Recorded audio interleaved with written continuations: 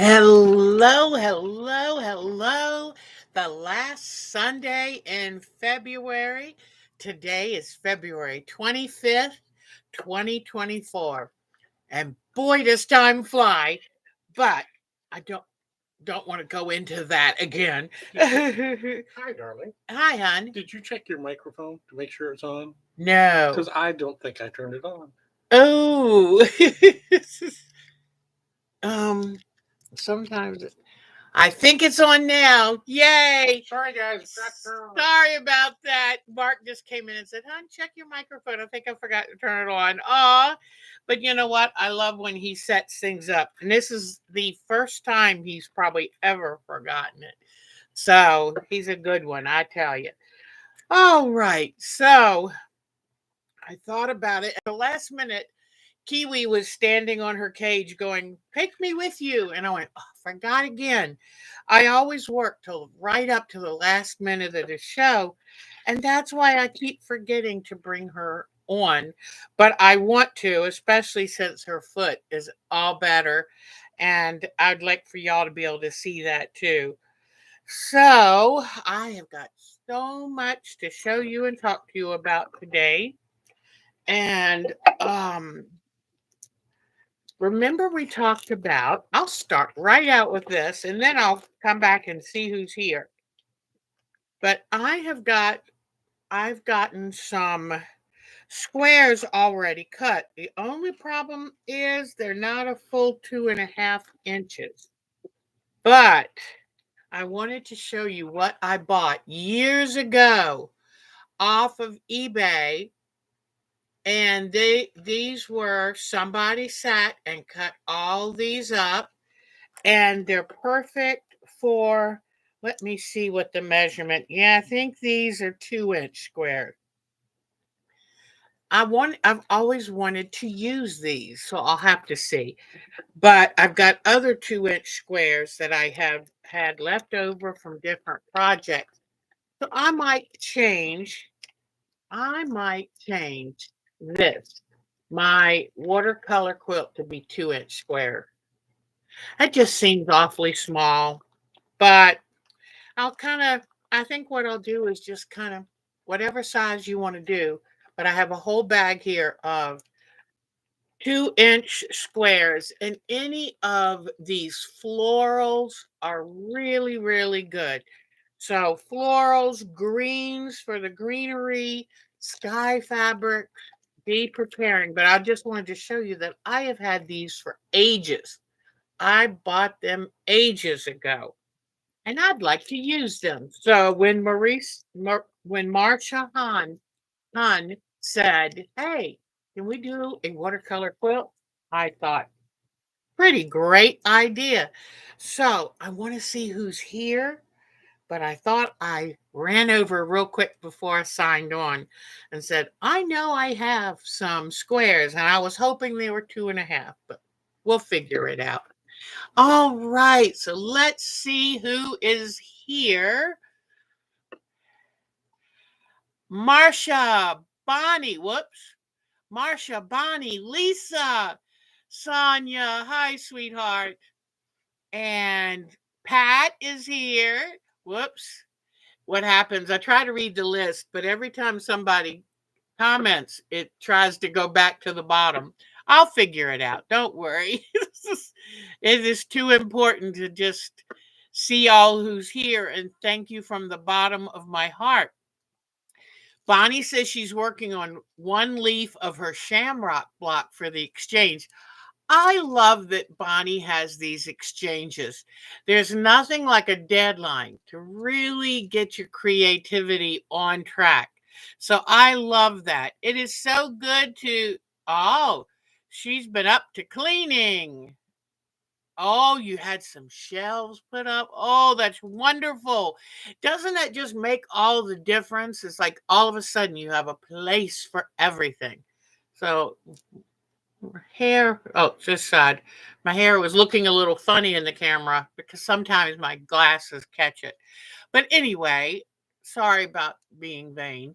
But it is so good. You haven't touched your sewing machine this week, but hey, having somebody come in and get shelves for you so you can get organized is a wonderful feeling. Oh, who went to QuiltCon? Oh, that lucky person. I think that's wonderful. Ah, oh, that's right. It was Lisa. Lisa, you are something else. Oh, that's fun, Lisa. Fun, fun, fun. And Lisa, that's why you work hard. It's to, enjoy the fruits of your labor. So Polly's here. Hello. And I've got some beautiful weaving photos of Polly's to show you during show and tell. I got photos from BB. Oh, I just remembered I forgot something. Hold on 1 second. I bet your Mark is not down here anymore. I may have to run up and get it. I have a new telephone since the wire on my old one melted. And this phone is so hard to get used to. So, and I think honestly, I think we got some dud phones. So we have to keep rebooting it. Something's not right. Okay. I'm looking to, okay, let's see.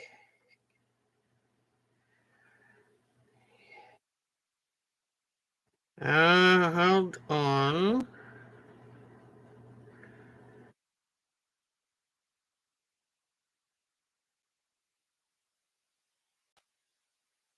Sorry about this, but I realized I've got some things I actually wrote down on the agenda for today, and then I didn't check the printer.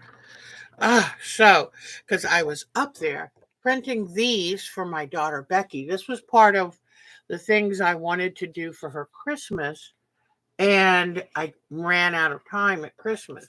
And so what I've done is I had found a place where you could get free botanical prints, and I saved them to my computer. Then I made them this specific size. In Word, you can go to View and you can go to Grid, and the grid will help you make sure they're the same size. So I printed that one. Then I printed this one. She has the most beautiful house built in the 1920s, and it has that look and feel. And I told her when I go to her house always feels like butter. And so I wanted to print her these. Then what I'm going to do is make it so that I can put either twine or I have some pretty whiteboarding. Oh, thank you. Thanks for getting that message. I was lost. Thank you, hon. Ah, gosh, that's why I give him a back rub every night. He is so wonderful. But anyway, I printed these out. And then what I'm going to do is I'm going to make, I'm going to take once I cut them, and I'm going to cut them with a paper cutter. So they're nice and straight and professional looking. I'm going to take these extra pieces of cardstock and I'm going to make a little paper sleeve on the back, cut them in, each have them cut just right at the edge of the color, put a paper sleeve, and then run white string. It's like a kitchen string, which I thought was appropriate, or twine for her to be able to hang these up. She's got the cutest little. Do you remember in houses of the 30s and 40s? They had the cute little dining nook, and it's kind of a special little, like, the ceiling and all that. And I just thought if she strung these across that, it would look so cute. So anyway, I'm going to get these ready for her so the next time I go visit her and my Polly granddaughter dog. She is a grand dog, and I'm going to be able to give her that next time I go see her. All right, I've got so many projects I've been working on. You see that I've got this quilt behind me. This was an Ashley Walters quilt from 5, 6 years ago. And back when the boundless fabric was available from Craftsy. Do you remember that time period where they actually sold fabric? And so I really want to get this done. and it is very busy. And this is one of my, I think it's number 11, maybe it's number 9, but this is one of my UFO projects. And the whole quilt is made up of 2 blocks. It's made up of this block, and these were ombre colors, so they're just beautiful. And then there is this block. So what I term it as light block and dark block. And altogether, there's 31 of the light blocks and 32 of the dark blocks.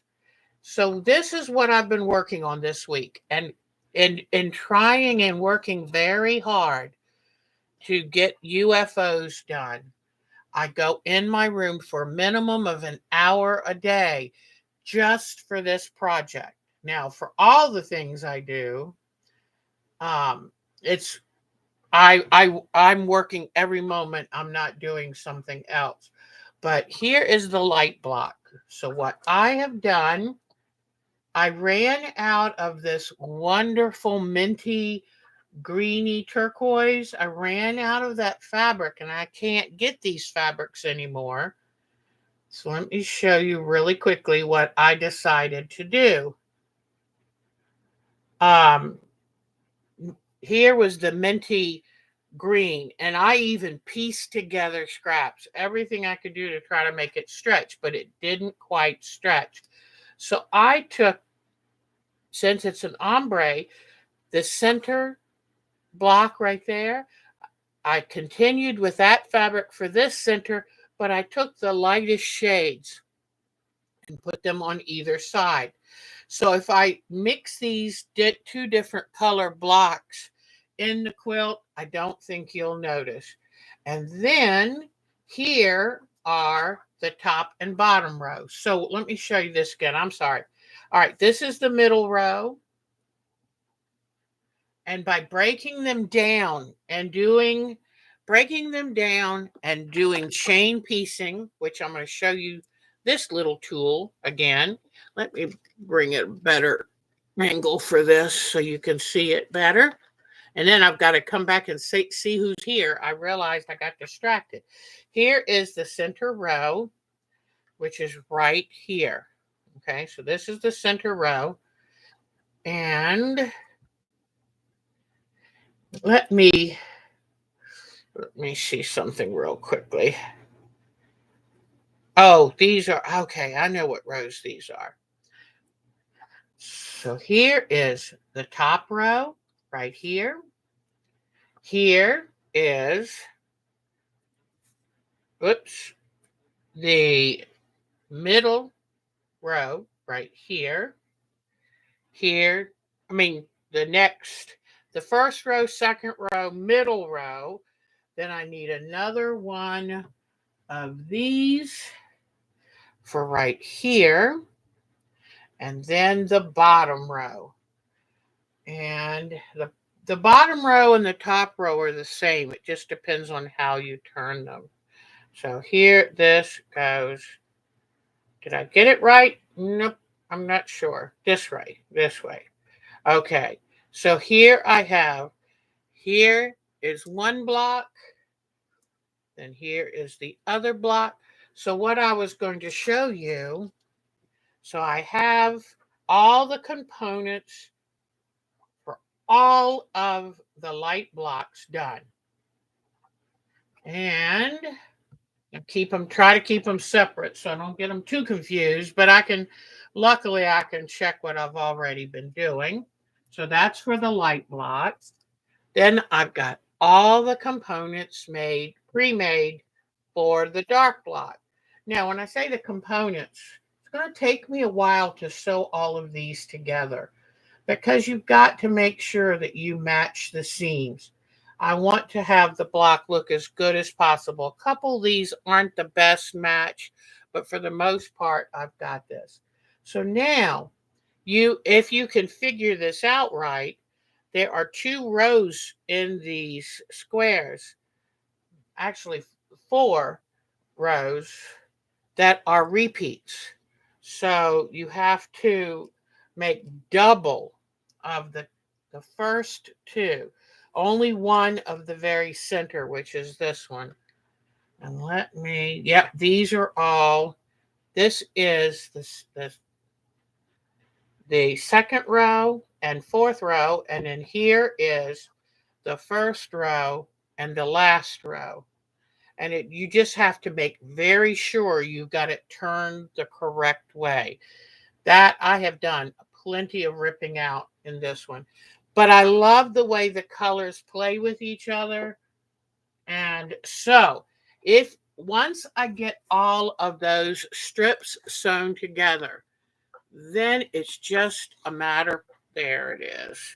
It's just a matter of putting the blocks correctly and lining them up so that they make a nice clean look. And there it is.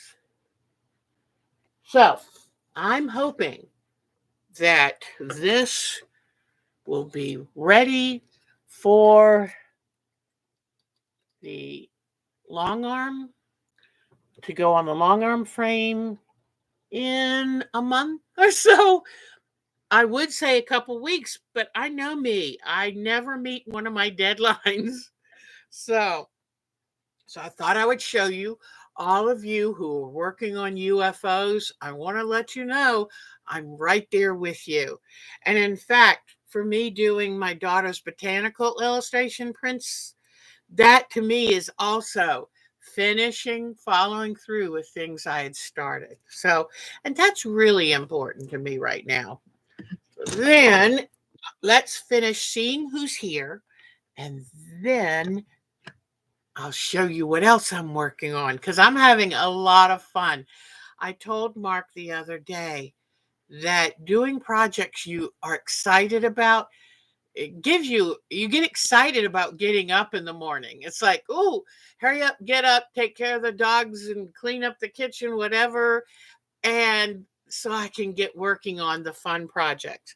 And I've got to tell you, both of the new projects are a lot of fun. All right, so we looked and let me see where we finished. And Lisa went to QuiltCom, and oh my gosh, that's wonderful. I love it. She goes and does and has a great time. I just love that. Okay, and if I miss anybody, Mary. Hello, my Mary. And Marcia, Mark loves that comforter. He pretty much has taken it for himself. I'm actually tickled. He said that is just so perfectly light. It's like sleeping under a cloud. So that is so nice. Thank you, Marcia. So let's see. Um, um, um, um, um, um. Oh, I wish I could read everything, but I feel like now I got to. Oh, and then Mary's got the shamrocks going. I love it. Joni is here. Hi, Miss Joni. I think I found some pictures. No, maybe it was somebody else. I know I found a lot. I went through my emails. I've had emails over 2,500, and that's the unread ones, not the ones I saved. So I've been trying to clean out my emails. I found emails from Betty Middleton from 6 months ago. I feel so badly. So, oh, and wait till I tell you about poor Melanie and the month she's had. Oh my goodness. It kind of reads like a Keystone Cops episode. Poor thing. But they're fine. It's just been a crazy month for them. Okay, so let me go back through. I love everybody's getting ready for St. Patty's Day. QuiltCon was busy. You tried to take photos of all the quilt, but you ran out of time. Ooh, oh boy, wouldn't that? We would love to see that. This probably would be time consuming for you to shoot them to me in emails or, but wouldn't that be wonderful? Maybe do you have your channel up yet? We'll come look at your channel. But anyway, it is so that is so exciting. Um, yeah, so everybody, then we're gonna to have a green show. Let me check out and see for March. Hmm. Guess what? Sunday. is going to be March 17th. It's going to be a Sunday. We'll have to have a St. Patty's Day party. So, do I have to drink green beer? Oh, oh, you stay so busy, Miss Bonnie. Oh my goodness, you were disappointed the fabric on sale. I'm sorry about that, Lisa. Goodness. I think sometimes we get pretty spoiled by Myrtle Beach quilt party vendors. They're really wonderful. So I hope I haven't missed anyone else. It's so good to see everybody, even though I started and stopped. The ombre really does make this quilt sparkle, doesn't it? It really does. And that's what I wanted it to look like. I've painted, it's going to be for my bedroom, and I've painted it blue, my favorite color. And I wanted it to look like water, like the lake I love so much. And it honestly does have a sparkle to it. That's really pretty cool. So, okay. Irish coffee. Oh, I don't drink coffee. I love the way it smells, but hate the way it tastes. So, but maybe I can drink green tea that I color green. Now that might work. Bailey's Irish cream. I maybe could do that with a little half and half. Oh, goodness gracious. Okay, here we go. Let's see. What else have we got? Oh, Joni's been working on her January UFO too. Oh, I love ombre. I've got a quilt upstairs on my hall wall. I'll have to bring it down sometime. And it is done with ombres, and it's one of my 3 top quilts ever. So I saw it on a book, bought the book, made the quilt from the exact same fabric, because sometimes that's a good point to make up. Sometimes when you see a quilt and go, oh, I love that, then use exactly what the exact same fabrics and combination and colors that you first fell in love with it. I got lucky in my Alaska quilt. I like even better in the colors I use because I love blue so much and I wanted that. I'm looking around for that kit. Yes. Talking about Talking about colors. This was the color that Ashley Walters chose when she did it. And when I fell in love with this kit, with this quilt, I knew I was going to buy the kit because what I fell in love, well, let me pull this out because the plastic's making it look terrible, although it's in another plastic bag. But I knew that I wanted those exact fabrics. So when you see a quilt that just knocks your socks off, then I would replicate it. If it's that gorgeous, I would replicate it exactly as it was when you fell in love with it. Because I've taken, I always like to turn things into my own projects. But then guess what? Sometimes I've replicated it in a different choice of fabrics. It didn't have the same magic. So that's just something to words of wisdom. Okay. So let me show you real quick again the things I showed the Thursday people, some things I got from um Amazon. Oh, I tell you what, I'm getting tired of growing old. It's getting harder and harder. So Lisa, you were busy Thursday night, but remember Mark wanted me to buy something from Myrtle Beach Quilt Party, and I said, "Well, I don't want to buy more fabric." And so I looked around, saw something I was interested in, but just couldn't justify spending that amount of money right then because I was telling people on Thursday, if when I buy a couple things, then I won't buy anything else for a while because it's like it makes me uncomfortable. But what I found that I loved at one of the vendors at the Myrtle Beach Quilt Party were these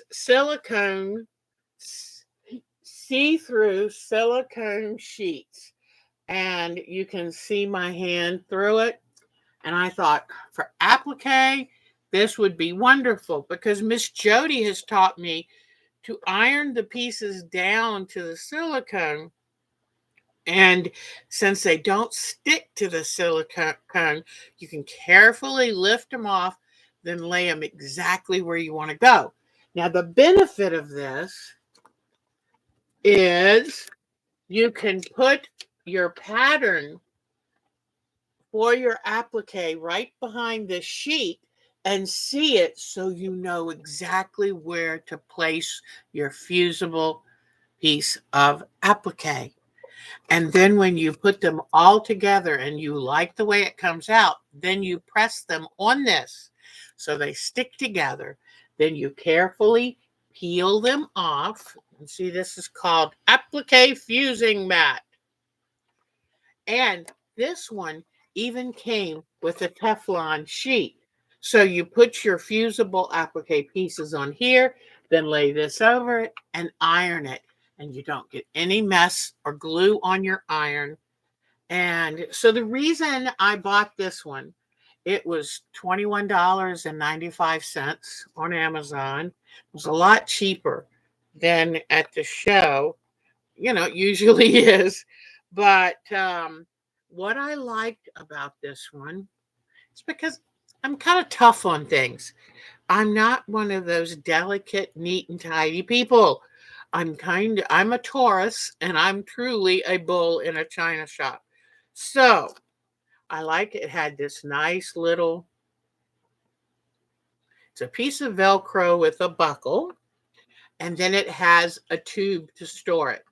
That's what sold me on this one. I could have gotten one $2 cheaper, but having a tube, something I can pick up and say, okay, I'm taking it up to work on applique.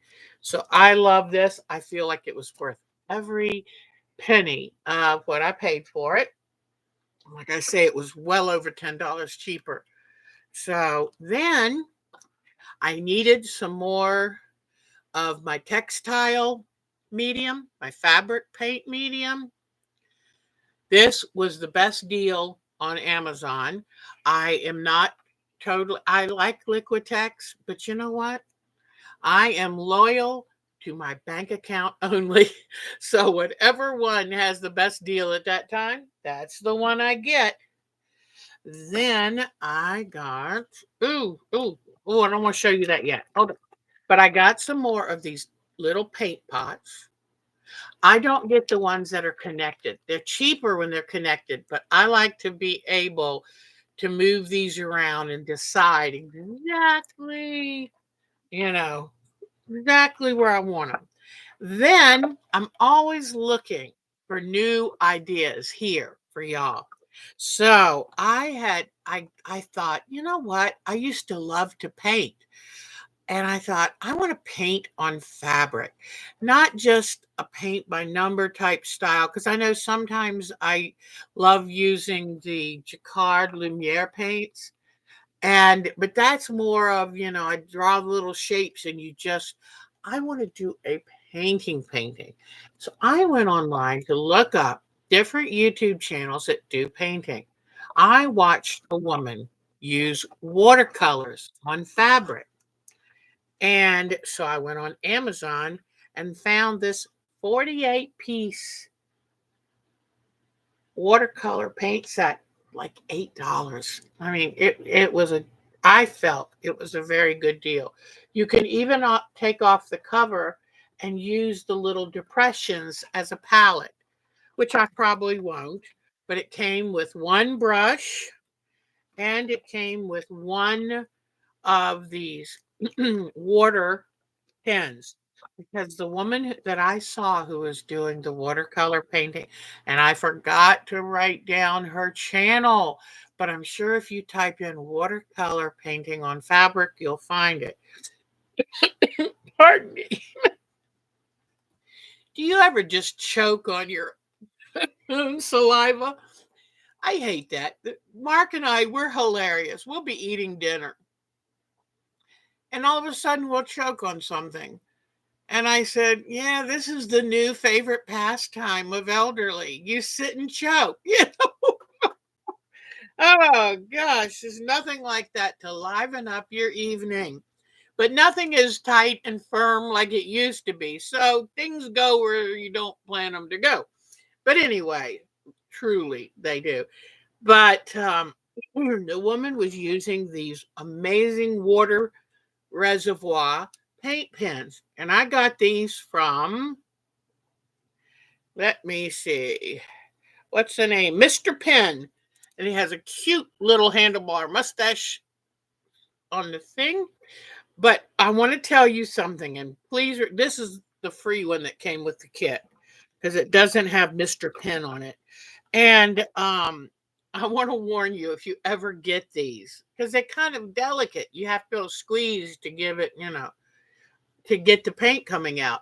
But I was sitting here with Mark the other day trying to figure out, okay, I figured out how to expose the brush. And oh, those bristles, oh, they're heavenly soft.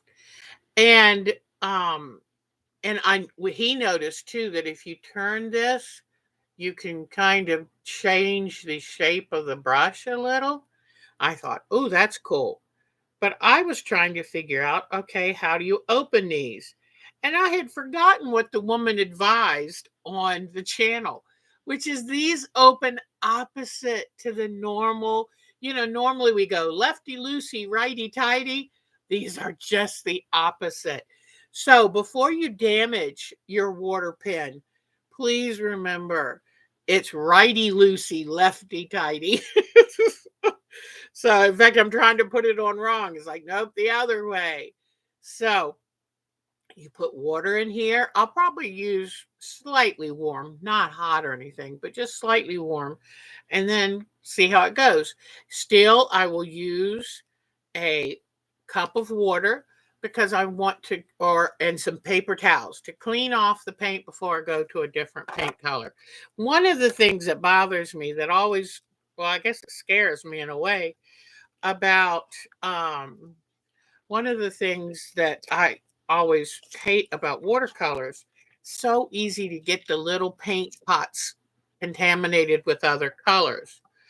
So be smart and keep paper towels and a cup of water to rinse out your water brushes. All right. Okie dokie. What is this? That's Deb, Chris, and Dan. My birthday is in May. So, and I like to be circumspect. So I'll tell you this. It's the same birthday as Harry Truman. So, yep, the buck stops here. All right, so I am going to, oh, I know. So let me finish up. I'm going to use um, dye ready white fabric. And I've got to decide, I really should draw out what I want to paint. I really should quilt it first, quilt along the drawing lines, and then I'll paint with this. And then the woman said, then brush over it with a thinned coat of your textile medium, your textile fabric paint medium. And she said, then when you cover it with your Teflon ironing sheet, that it will be pretty permanent. And if you're like me, we don't really wash our art quilts anyway. But it's kind of nice to know that it's not going to be trying to run immediately. But I thought I would show you, some of you who might not come around, be able to come around on Thursdays, that we are working along. In fact, I'm going to take this and all of my scrap possibilities up with me.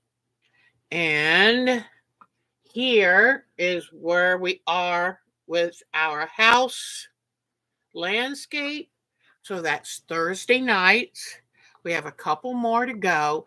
And then we're going to move on to one of my quilting bucket list items. And we're then going to do a watercolor quilt. And a watercolor quilt is where you use different fabrics to do a kind of color wash. And we're going to do an arbor and fence and sky and flower garden. So I will make a pattern for you. It's always free here at Our Time to Quilt.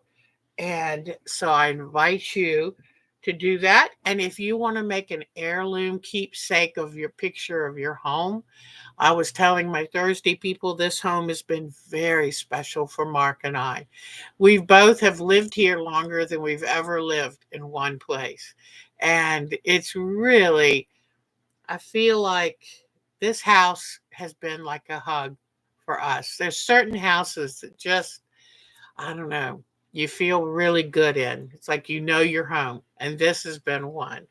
So, and yeah, we'll probably sell it in a couple of years, when he's fully retired, and we'll probably try to move closer to either a lake or the ocean. But we'll miss this house. It's been a good house for us. All right. So, we've talked about all of that and my UFO project. And now I'm going to talk to you about our latest Sunday project, which this is what gave me the idea. And this is a calendar quilt. And a calendar quilt is where you try to take each month of the year and you do a design that is reminiscent of that month. So we've got starts at January in this corner and then counts down. So I did this probably 8 years ago. And this is such a sweet quilt. I just love it. It's got that country style, which I was really into then. And I love this plaid fabric. I wish I had bought more of this plaid fabric. I used the plaid fabric as my focus fabric and chose the colors for the Redwork out that would make it match with this fabric.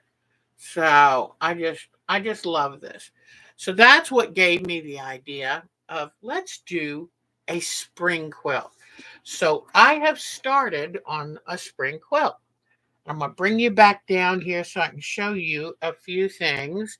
If anyone else comes in, Debbie's here. Debbie, I need to write you an email. I sent your little package. Mary, I sent that to you. I sent them out on Friday. So I'm hoping you'll get them early in the week. But Debbie and Mary, sorry it took me months, but they're on the way. Y'all choked there too. Oh, Mary, yeah, it's something about getting older. Oh, Charlene Lawson is here. Yay. Oh, it's so good. Joso is here. Hi, Joso. You're on a sewing hiatus. I understand. You know what I finally did? The Juki machine that I bought 2 years ago in January has forever been in the shop or not working.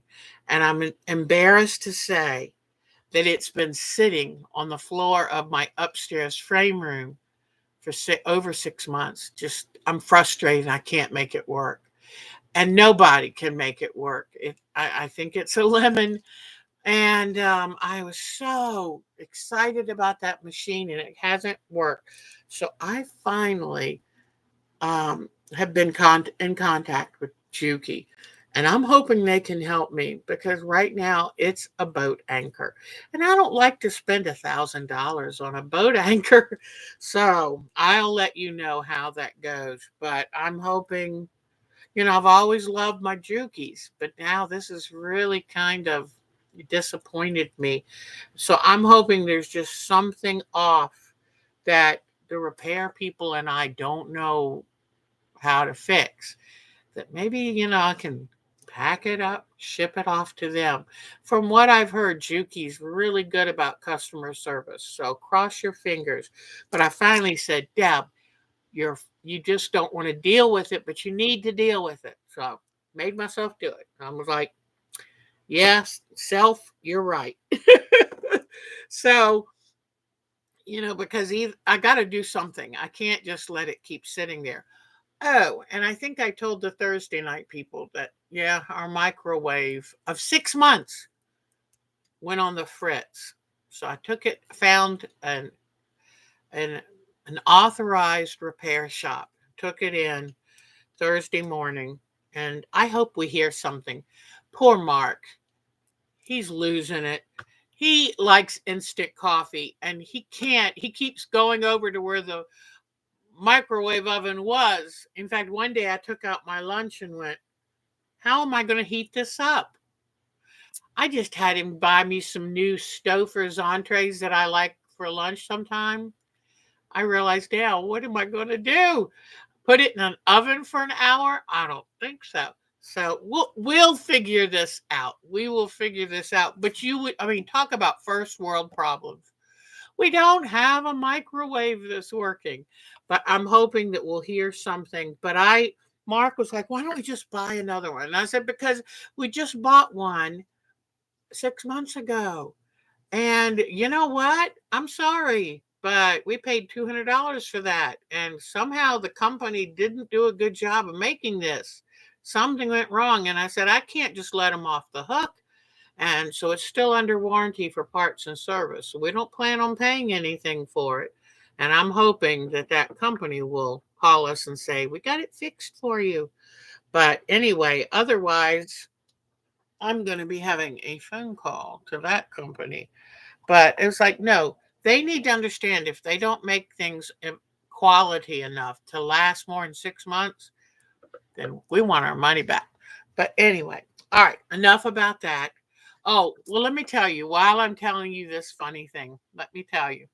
I don't know if Melanie is here, but she writes the best emails. I mean, that woman must type faster than, I don't know. But, oh, they had her and Dan got COVID in January. They don't know how. But the biggest problem, she said, was the fatigue. The fatigue was awful.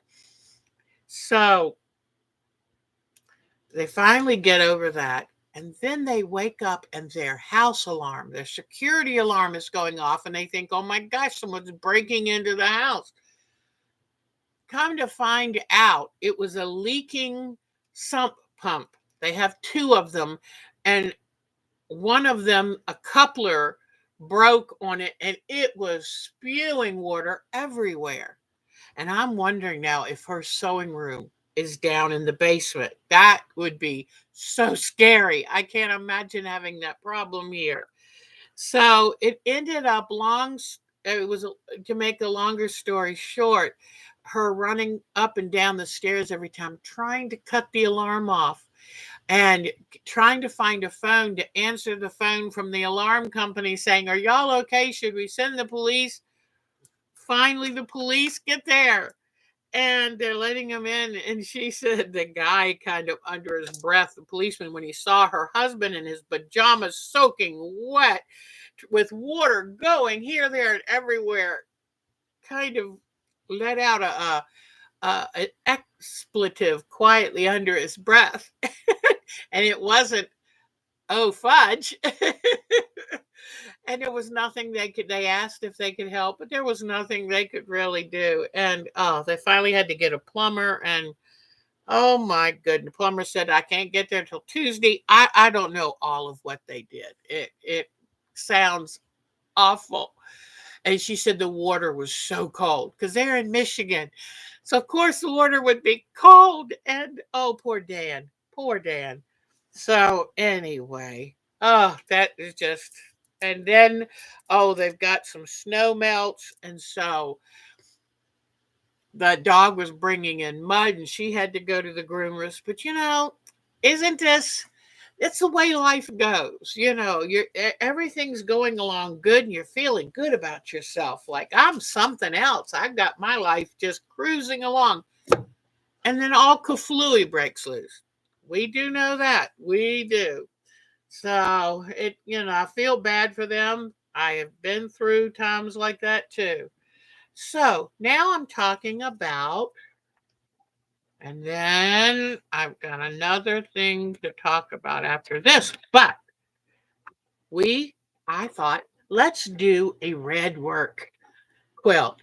So I found the cutest little coloring pages and I shrunk them on two to a page so that they're about 5 by 6, each one of them. And here they are. And they're on our site right now. And there is a sticky posting to show you where to go to find it. But here are 2 watering cans. You can pick which one you like best. And I love these wonderful galoshes with flowers in them. And then if you like realistic things, I think that is so pretty. And here, I love birds. So here is a birdhouse. And then, did I show you this? Boy, I guess I printed out quite a few. So if you haven't yet joined our group, but you'd like to have these to work on, let me write my email address in here. You can email me OurTimeToQuilt at twc.com. Okay, so just send me an email and I'll send you the patterns.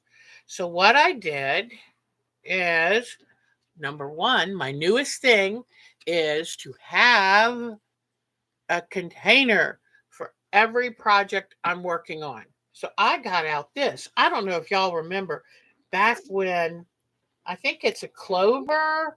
I'm trying to remember. But these, oh my gosh, we're talking 25 years ago, these came out. When they first got to Joann Fabrics, they were $9.99. And so I got one. But I'm finding as I get older, I forget to use them. So it's got little pouches, things for pins, all of that. But I said this would be a good container to put my Redwork in. Now, I understand why now people use those wonderful little winders. There's Melanie. Oh, it ruined 4 bins of fabric. Oh, darling, I'm so sorry. Oh, God. So, but now I know why people use those little winders, because these were new conditioned little flosses, and until I started using some of them, and look how messy that looked. So I know right now that Bonnie is shaking her head at me. I'm sorry, Miss Bonnie, I'm letting us down. That is for sure. But so here is my new favorite hoop. It's because it's easy to use, it's not wood, and it's not rustable. You know, some of those early hoops had cheap metal that would rust your work. So what I did is I went over to my stash and I remembered that I had this fabric that I haven't known what to do with yet. Well, now has come its time. I love these colors. That reminds me of Easter Sunday. I love it. And the blue, is it blue or is it periwinkle? Is it pink or is it a little salmony? And is it yellow or is it a yellowy orange? So it's so pretty. So this is what I'm now doing. Now you'll see why I chose the colors of floss that I did. I am using 3 shades at least of each color. And sadly, the pale pink was so pale it washed out. So I had to come back and outline it with a little darker because, I wanted it to show. Now, I am having a problem and I wanted to ask, well, thank you, Miss Bonnie, but I'm having a problem. I'll show you right there. Do you see this shadow mark right there? The pencil is not coming out as good as I wanted. Miss Bonnie, what do you use to draw the pattern with? Because I thought I could just erase it off. But since this is Ada fabric, and it has that coarse weave. I think the graphite from the pencil gets in the weave and it's hard to get out. But anyway, here is my cute little, this is the first one. I've drawn a couple more, but now I'm getting, most of the places it won't show because where you do the floss over. But I had kind of moved this around. I had started drawing it and then brought it up, and now that's why you are seeing shadows. You draw the pattern on cloth. You use blue water soluble. Okay. So what I have to do then, that's good to know, because what I have to do then is I can't draw 6 or so at a time. I need to draw, then work on it, and then when I'm done working on that, draw the next one. So thank you. I do have a brand new blue water soluble pen because I can see that B, it's shadowing right through. If I can't erase it anymore, maybe I'll do a B over that. I don't know, but bummer. Okay, so thank you for that. I should have asked Miss Bonnie before now. I should have known she would know what to do. But if you look at the fabric, now this floss is the cheap floss you can get, like 100 skeins for very little. It's not the official French version, but I can afford it. And you can see how I chose fabrics that were inspired by the colors in the focus fabric. All right, so that is that. Now I can close this up. But what's nice, I'm loving this using a specific project holder, not just a plastic bag that the scissors will go through and stab me. So now I can put this aside, and then when I'm ready to work on this, I just grab this container. I have everything I need to work with. Oops, except this piece of thread, so I'll save that for that. All righty. Oops, I forgot to put these in. I knew I needed a big enough container to hold the patterns. And luckily, this has, it's so funny that I have this and haven't used it for years. But so now this has an extra special little place that I can keep the patterns without them getting messed up. That feels good. I like that. Everything in its place, and it just makes me, I was reading an article that, keeping a certain amount of order in your craft and sewing space is really important to keep you creating actively. And that I think is very true, because sometimes everything gets so messy that I'm overwhelmed. All right. And then the last current thing that we're doing right now is this starry sampler. And you can do whatever. In fact, Miss Bonnie is doing dragons. I think, oh my gosh, that's going to be so cool. Her dragons are just precious. I love them. But just a reminder, I use cardstock, print out. This comes with the templates for the paper piecing. So this would go here, and then you've got, and you'll notice with English, this is English paper piecing. And with English paper piecing, just remember that you use of a little wider of a seam allowance than normal. This is 3/8, not just a quarter of an inch. So it's just a little, an eighth bigger. And but here is, it comes from this, but it has better sheets that you just print out of cardstock, and then I cut them out by hand. And it normally has the block on here, but I kind of had to, somehow I lost or misplaced 2 of them, so I had to make new ones. But here now, whoops, let me go back to this. This is what the quilt is going to look like, although my colors are different from this, but they have this pattern. This came from the Yellow Rose Quilt Company. You can find them in Google. And it was $13.99 for the pattern, and it comes with 100 pages because 50 of them are all the little templates you need.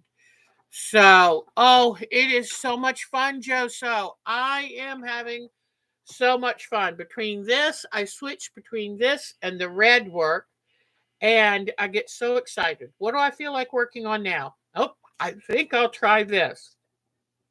One thing, I showed my daughter these today, and she said, I love how crisp and neat and uniform all the pieces are. Oh, let me tell you, yes, it is. Um, it's amazing how tidy this looks, because normally my piecing is not this exact and it's not this pristine, and this is pristine. So, yeah, I'm going to be 68 in May. Yes, it happens to the best of us, doesn't it, gals? But anyway, I'm loving this. As I said, I'm using very saturated fabric. I'm not using, it's all in the same intensity. Even though this is yellow, if you were to look at it, squint and look, and you'll see why.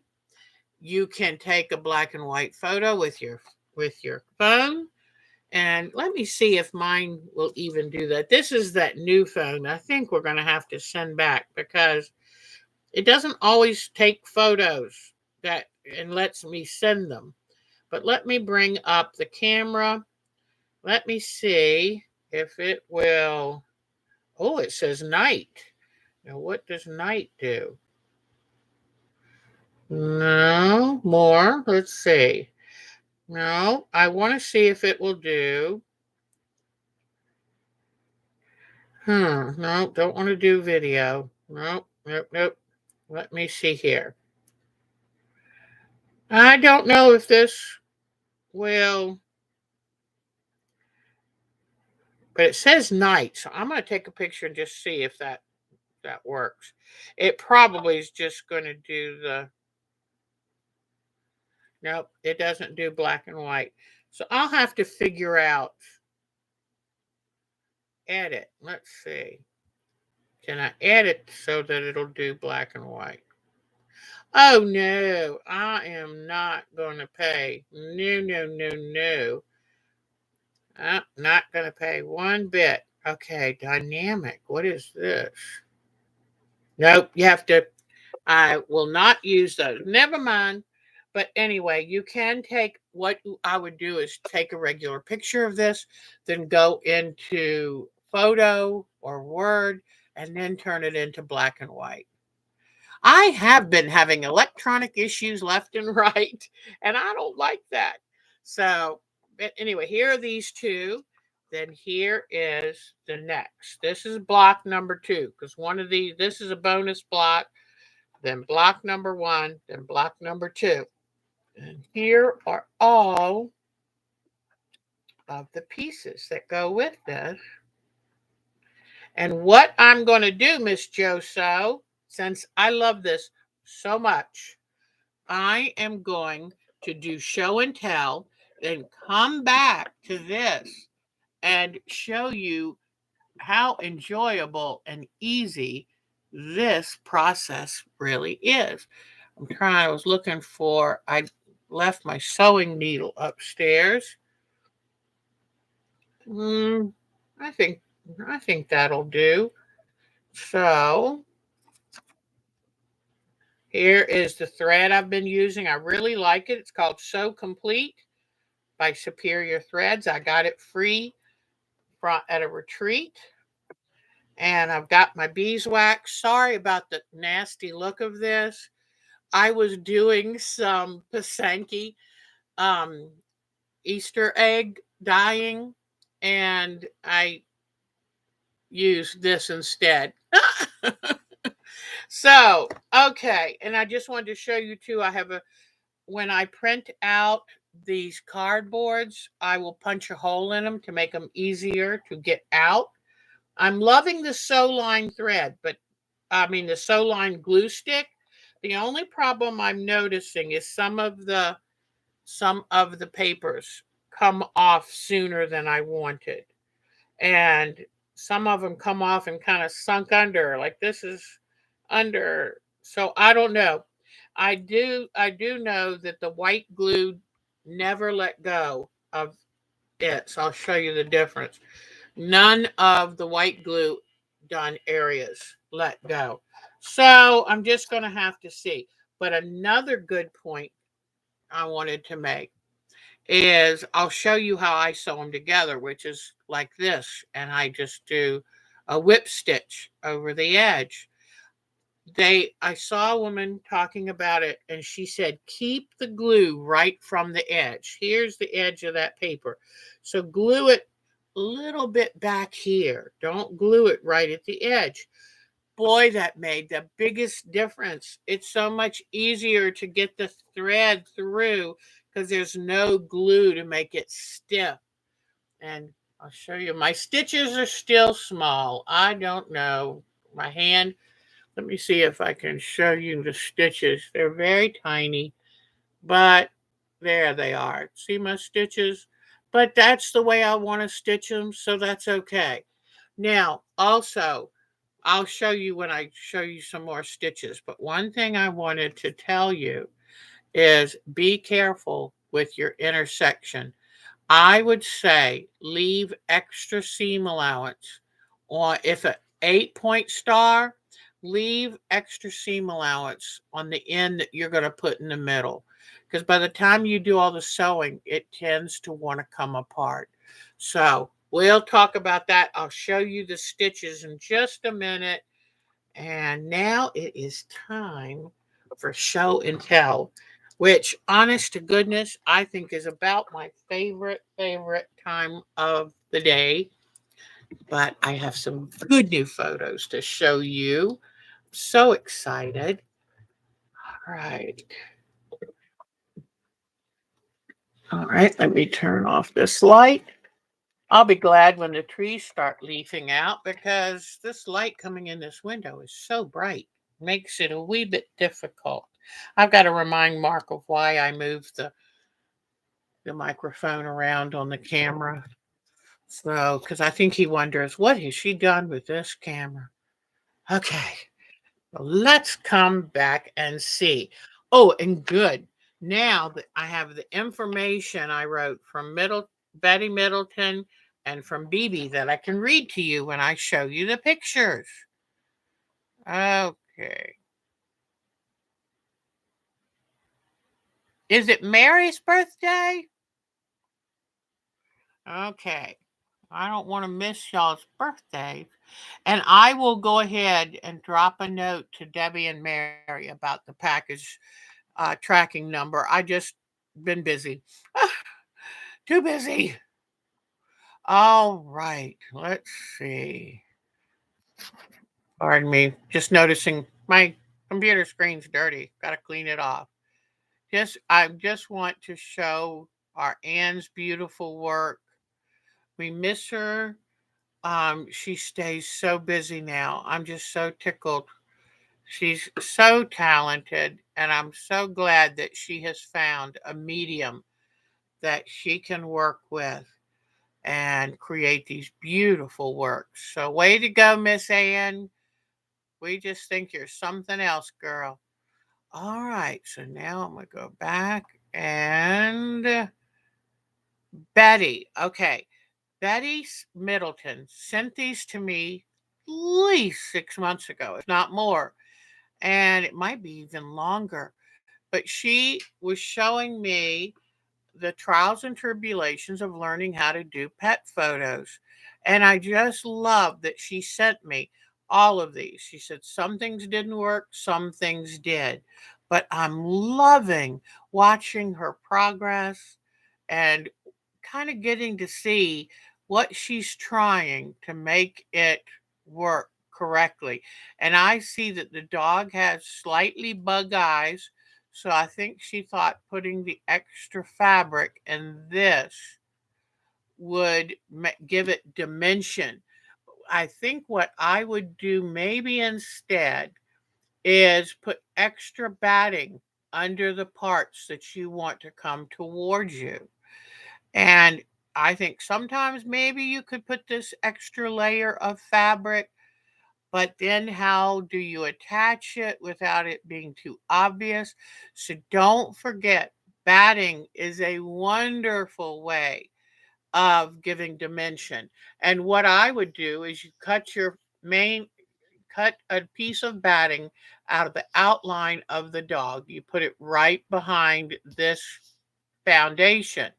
Then what I would do for the parts like the nose and the eyes, cut one or two extra layers, just this shape, and put them right up against the back of the foundation. Put a little dot of white glue to hold it in place until you can get in and sew around, and that will give you that definition that you're looking for. But you're on the right track. I like the fact that you have the lighter fabric right around the nose.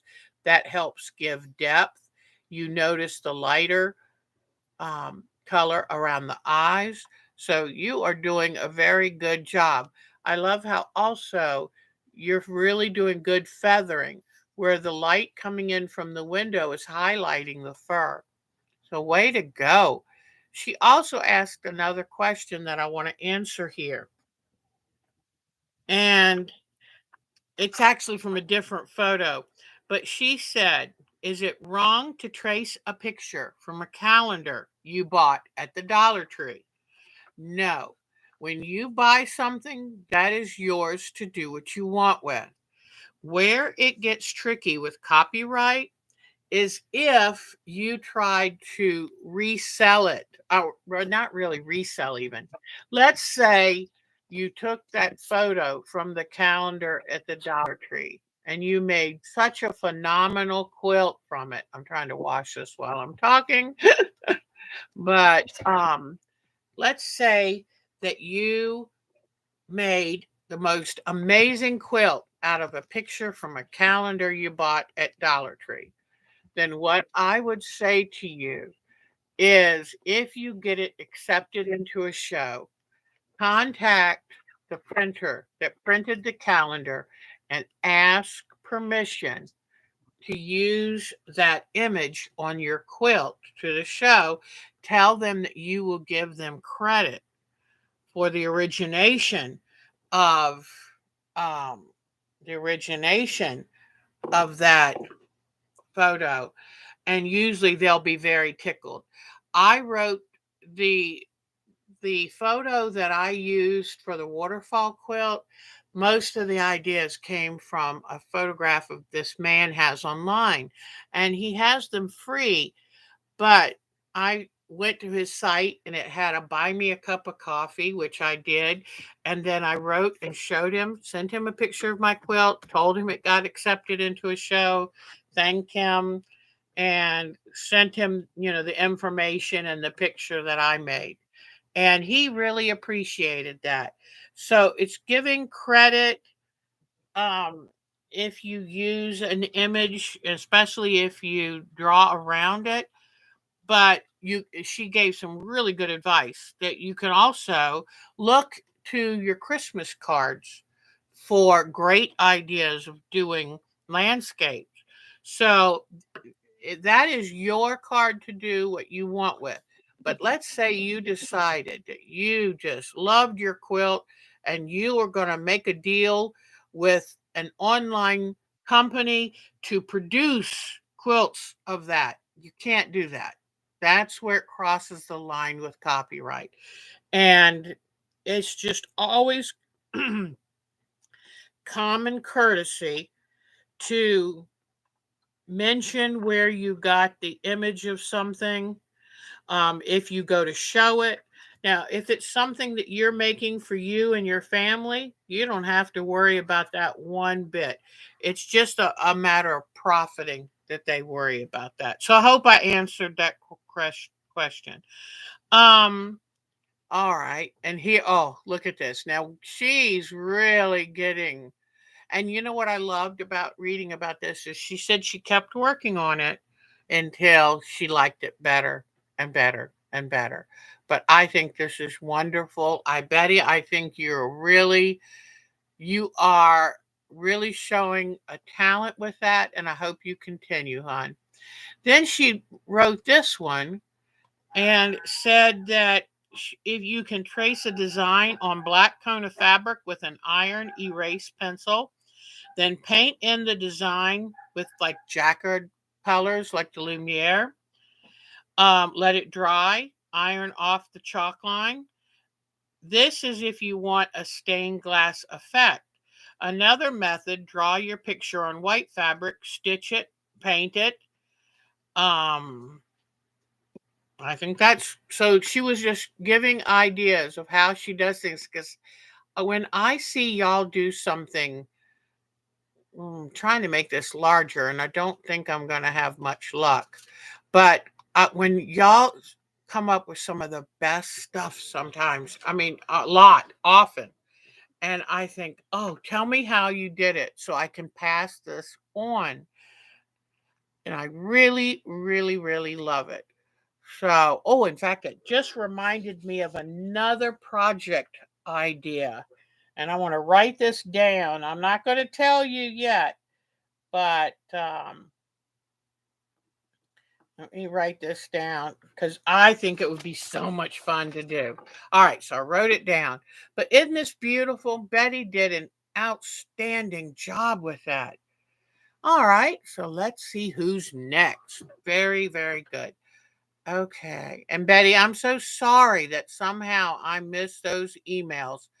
I get these too busy times, I think, sometime where I just lose track of a lot.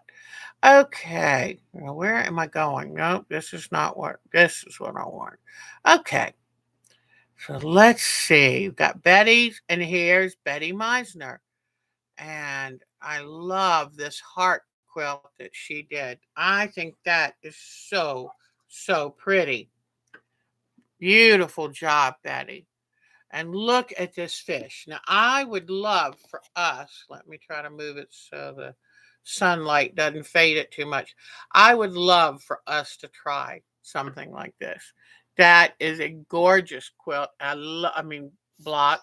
And I love how she's used lamaze, different stitches. And you can also see how she did like a trapunto effect by putting batting or even yarn, running that, sewing this down, leaving just enough of an opening to run batting or yarns things in to give it dimension. Way to go. Way to go. And this is Betty Meisner. Wonderful, talented lady. My favorite Grinch. And there she is. So thank you very much. And I'm going to put that fish, embellished fish. That would be a great summer project to see. Take different fish patterns and embellish them and show how different they all look. That would be fun. All right. Now, Miss BB sent me some more photos and she wanted to let me know that the Ferris word, Faris, I'm not sure how that's pronounced because that is a Persian word. I'm not sure how it's pronounced, but she put that word in the applique on the right hand side of the quilt. It means love. And I love that. That is so sweet. Then this quilt is about RUMI. Now I'm wondering what quilt. Oh, I think it's right here. Is it this one? Let me see. RUMI.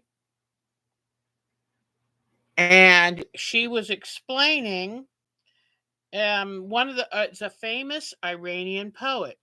I'll have to check. I'm not sure which one that meant. Then, oh, okay, it is this one.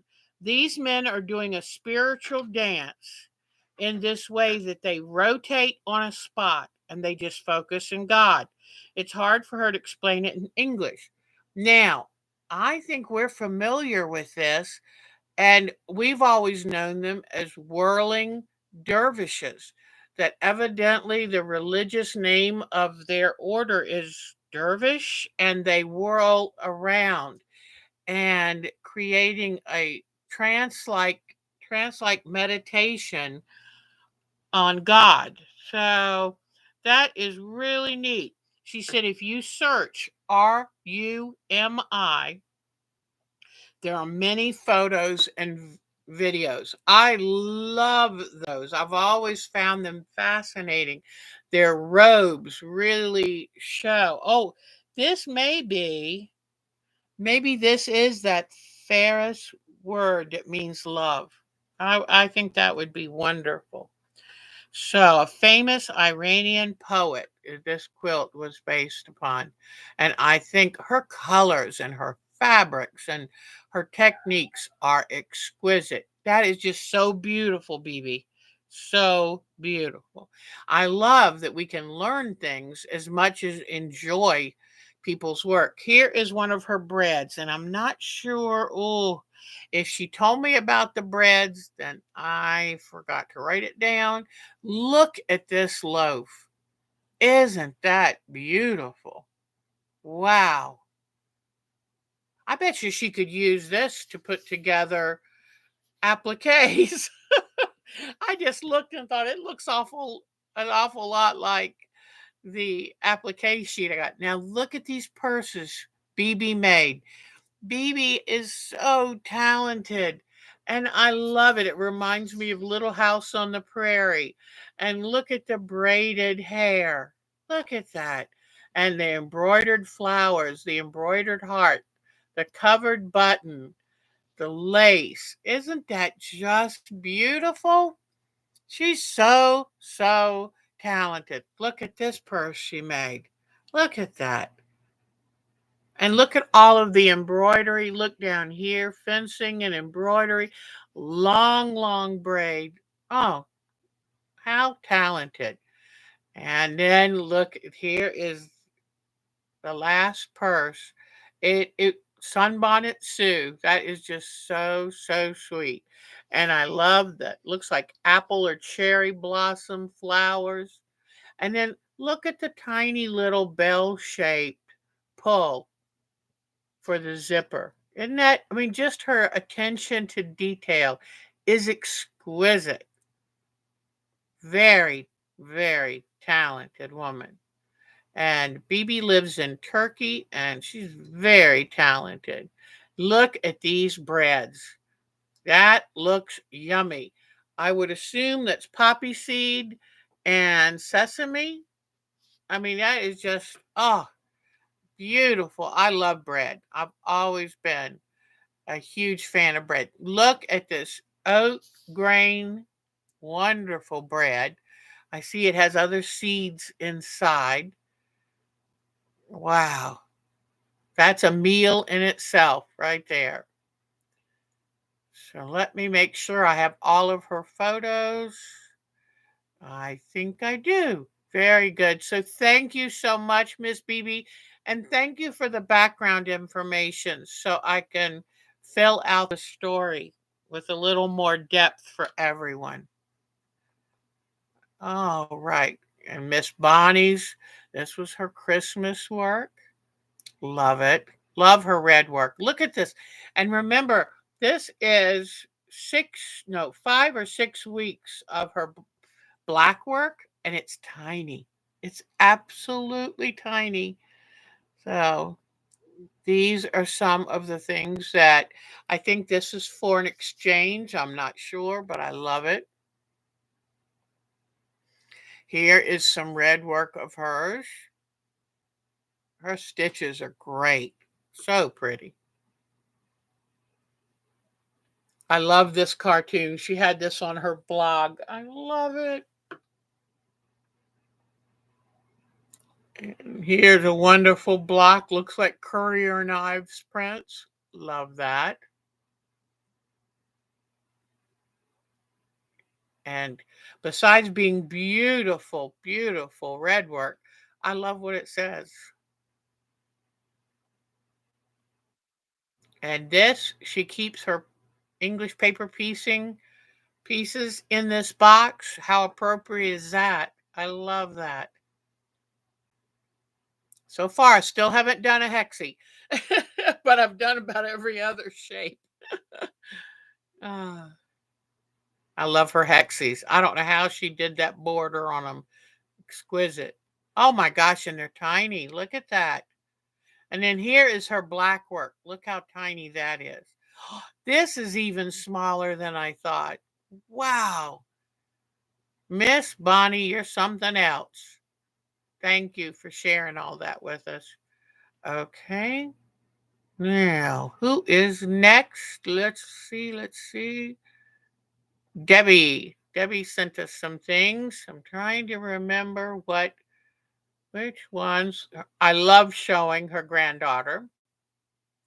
And her granddaughter did a wonderful miniature playground here. Love that. Look at the cat scratching pole. Is that the cutest thing? Great granddaughter. She's just wonderful. Very talented girl. Then here is one of Debbie's wonderful Redworks.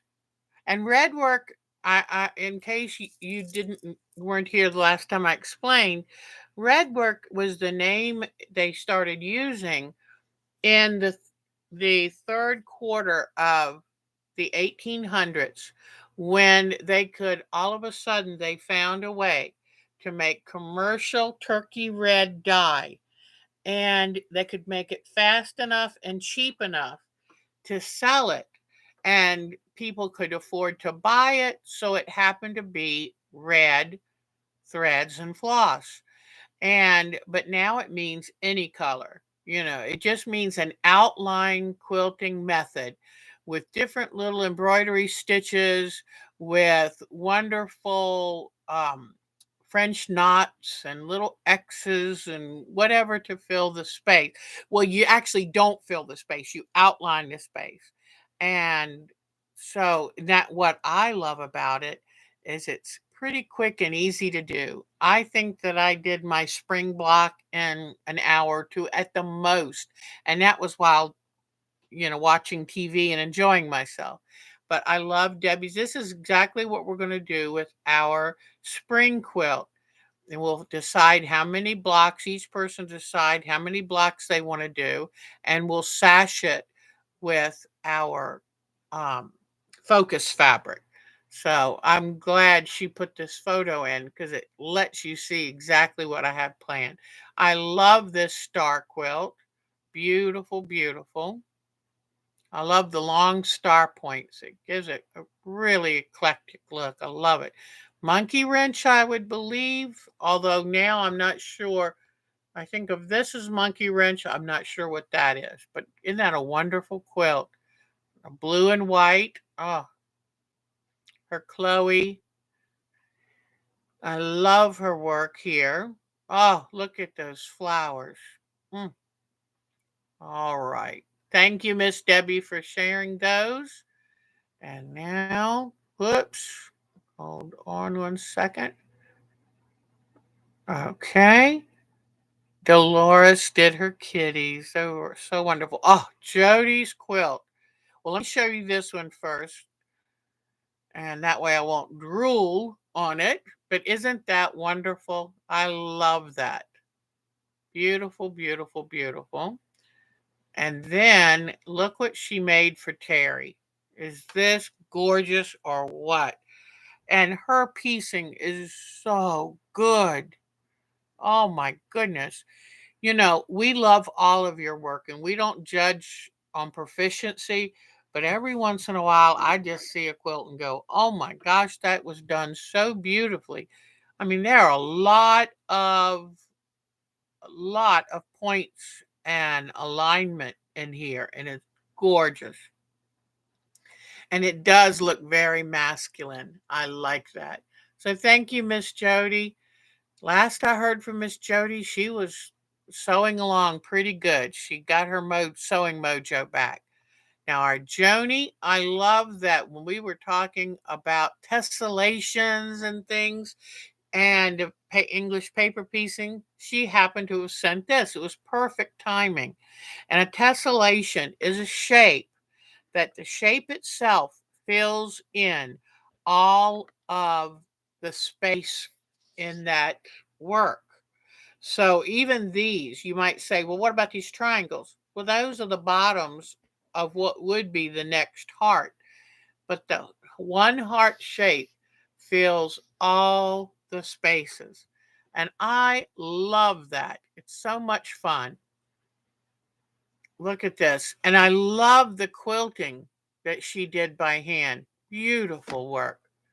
And don't we love the reds and pinks and browns? I just think that is gorgeous. Now look at this one.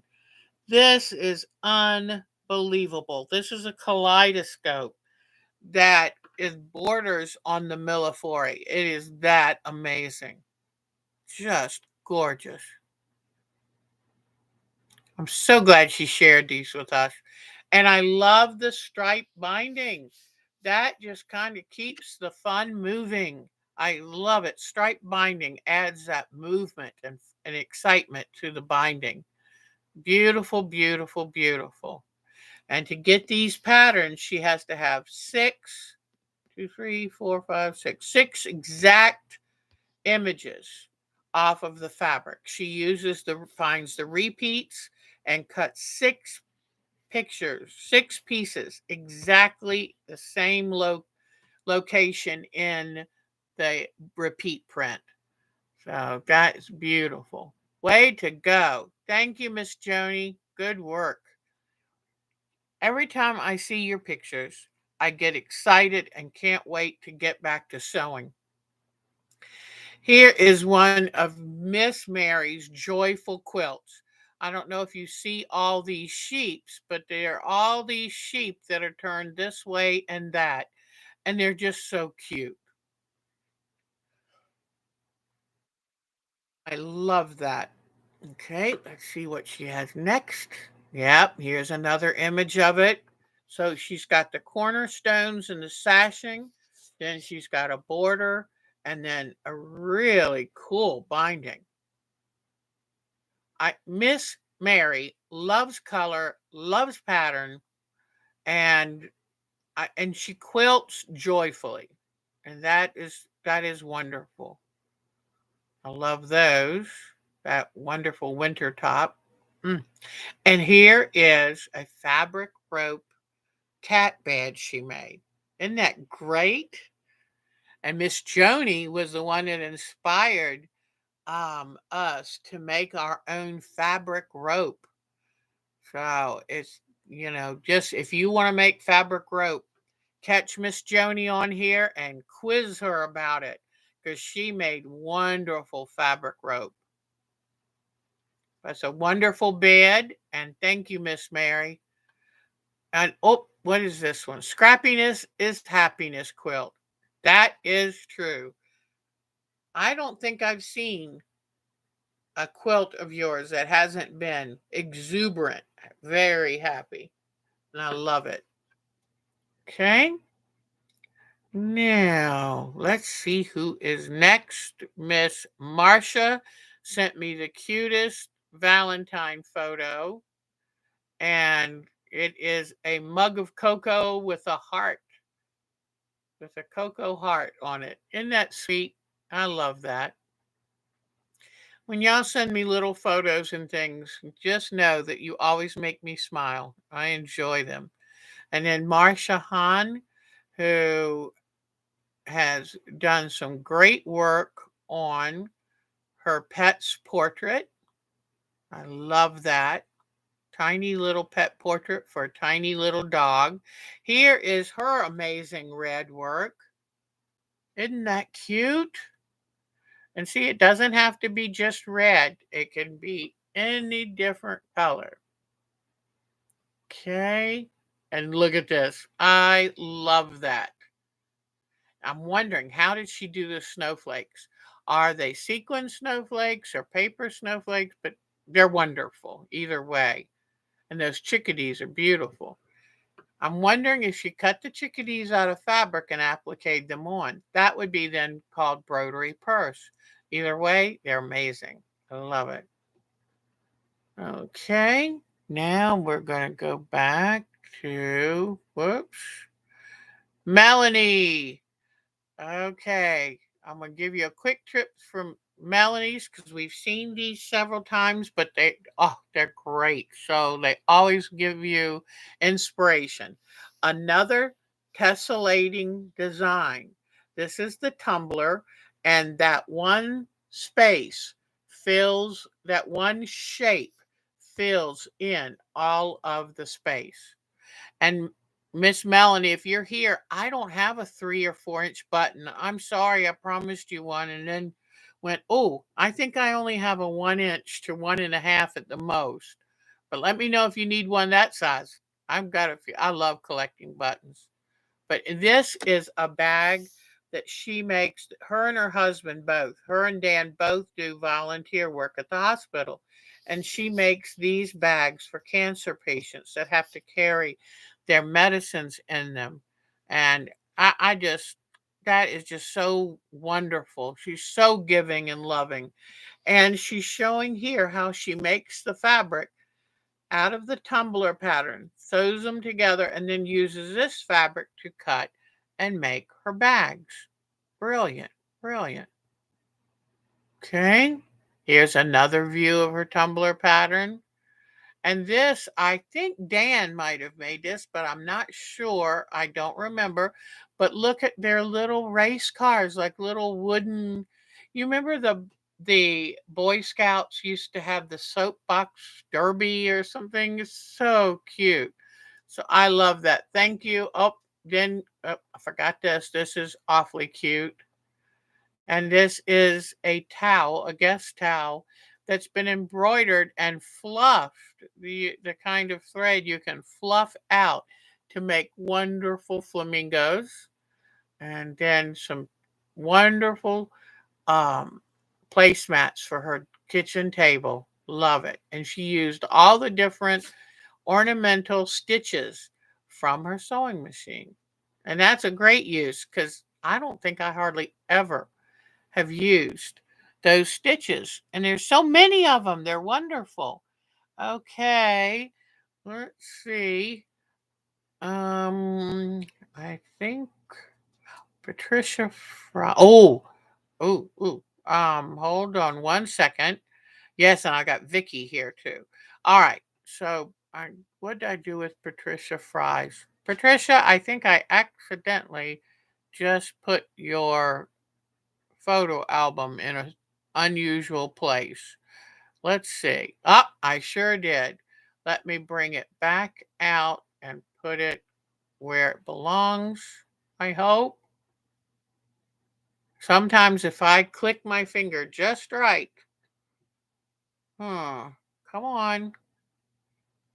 No, I'm going to have to try to cut it, go back to here, and then try to paste it. Whoops. Hold on. Okay. There. All right. So hopefully it will go back to where it belongs. Okay. Pardon me for that, but if I don't get it right away, I'm liable to forget it. So it hadn't come back where it belongs quite yet, but hopefully it will. I want to show you. Now, I showed you last week the wonderful kitchen towels that Polly woven. And let me tell you, weaving, I mean, I bet you most of us have all said, oh gosh, I'd love to know how to weave. But wanting to weave and doing it are two different things. There is, oh my gosh, I watched a Craft in America special on YouTube and it showed weaving and it's so complex. And I'm thinking, I have a hard time chewing gum and walking. I'm not sure I could do this, but I want to so bad. Look at that. Isn't that amazing? Oh, and then she had time for a little landscape. Why not? I love it. But look at this weaving pattern. Isn't that amazing? And out of this pattern, she made this wonderful table runner. Isn't that beautiful? And it goes so beautifully with her red walls up here, right above her wainscoting. So I tell you what, this is absolutely beautiful.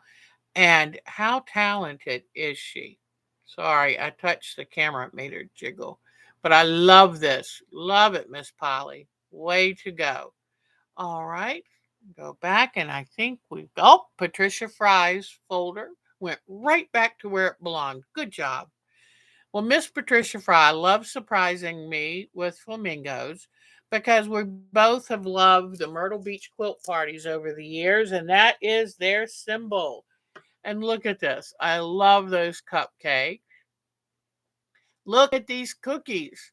And if you notice, it's a wonderful heart shape. I love that. So many wonderful things people can do. Here is the wonderful quilt she made for her husband. I know he loves it. Here's a Bargello she's working on. And look at the placemats that she made to match her dishes. Isn't that's just so pretty. There's the placemat. So thank you, thank you. Whoop, nope, I'm not done yet. Oh, sorry about that. She sent this picture because she loves sending me pictures of flamingos.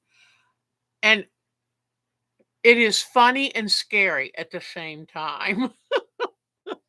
I said, I'm not sure I want to see the man who would wear that suit. I mean, that's just a wee bit much for me. But isn't that cute? Oh, and look at this beautiful flamingo pen. So I don't know what we will do when flamingos go back out of style because they're so much fun. All right. Now, Vicky, who is our Joso. And here we go. Oh, I love this. I love that design. And remember, that would be a block of one fabric with little squares sewn on each of the on two opposing sides and flipped over, which then gives you that shape. I love that. It's one of those quilts that looks a lot harder than it even is. But matching up all of those points, that's not easy. Good job. And then, I love this woven rug. Love it. Very intense, beautiful use of color. And here she's got a quilt pinned to a table. And I guess she works on it like that, maybe quilting it or basting. I love this. That is so cute. And this is wonderful. I'm trying to, for some reason, my computer doesn't want to enlarge things anymore. But that is wonderful. And I love all of her techniques that she used. I guess is this the sunset shining out over the water? I'm not sure. It could be a man of war jellyfish. I knew to run from those when I did marine biology. All right, I think that is it for today's show and tell. Please send me your photos to OurTimeToQuilt at twc.com, and I'll include them in our next week's show. Now let me get back to turn my lamp on. I'll leave the lamp this way. Let me come back to seeing y'all. There we are. And now what we're going to do, we've shown you the spring Redwork. We talked about our UFO challenge. All right. I've talked to you about when you do the paper piecing, the English paper piecing, don't make the fabric too tight on the paper templates because if you do, then it's hard to have enough room to sew everything together. All right. Now, I didn't bring down the case for I didn't bring down the case for this project, so unfortunately I don't have one of my wonderful little, oh, what are they called? The little wonder clips. Those are perfect for English paper piecing. And I didn't bring one down with me. That's why I like having everything in its case. But I had my hands full. I thought, oh, I don't need it. Let me try to get, and I don't, did I bring down? I don't even think I brought down a threader. But let's see. I can do this. I am woman. Hear me roar.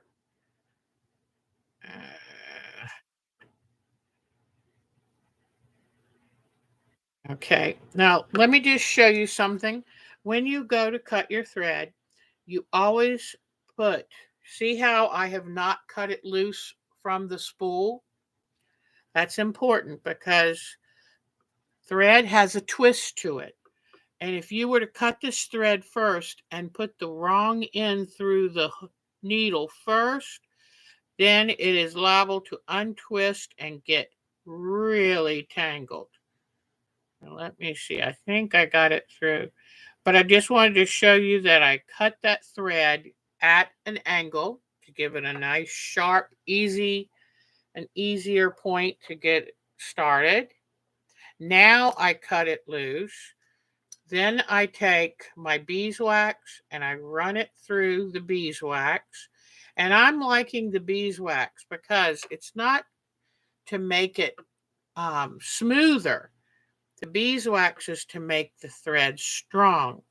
Because when you're sewing an English paper piece, the thread can rub against that cardboard, the cardstock, and it can, oops, let me see.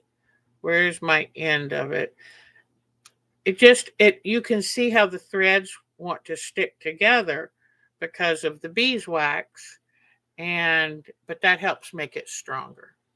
And I usually take my fingers, and after I've run it through the beeswax, I pull the thread through my warm fingers, which helps it really seat into the fibers. Now let me try one more time to make the knot. I like making big knots because I don't want to take a chance that anything comes out. So I'm holding the wraps that I made in between my two fingers. I'm holding the wraps. Let me get right up under here. I'm holding those times that I wrapped around the needle and pulling to get it at the end of the thread. And there is my knot. Okay, I am loving this English paper piecing. Now I feel foolish for not having tried it sooner because it is wonderfully enjoyable and it is the ultimate sew on the go project. I mean, how many of us sit in traffic or sit at a doctor's or dentist or whatever meeting or anything? Okay, so getting my pieces out of the way, I'm going to show you, I'll pick what some people would say is a hard piece to do. It's white fabric, and here comes the next one. It goes right here. Okay. Now, one thing I'm going to do really quickly is use a little bit of glue and glue this fabric back in place because it came loose. And that to me just makes it harder to know exactly where the edge is. Now, the one problem with this, I just used tacky glue instead of school glue. This will probably ruin this template because it's not going to come off as easily. And then let me pull this back. It's kind of tucked under the paper. All right, so I've got it back up. Got it firmly glued in place. All right. So now I'm going to take this piece. And this piece, if you can see, in this V between these two turquoise pieces, this is going to fit like this. So what I'm going to do is I love efficiency. So I'm going to put it together, making sure that I come right down to that next piece. Then I'm going to use this hair clip because I forgot to bring down a wonder clip, and that holds that together. And remember, I'm left-handed, so if you think she's sewing it the wrong way, that's why. I'm going to start to sew this on this end. The reason I'm going to do that is I hate stopping and starting. I can sew down, whoops, got that glue on my finger. I'm going to sew down this side, get here, anchor it really good between these two other pieces. Then I'll take the clip off and I'll fold it again so I can continue sewing right up this side. So I like doing it this way so that I don't have to stop and start and make new knots.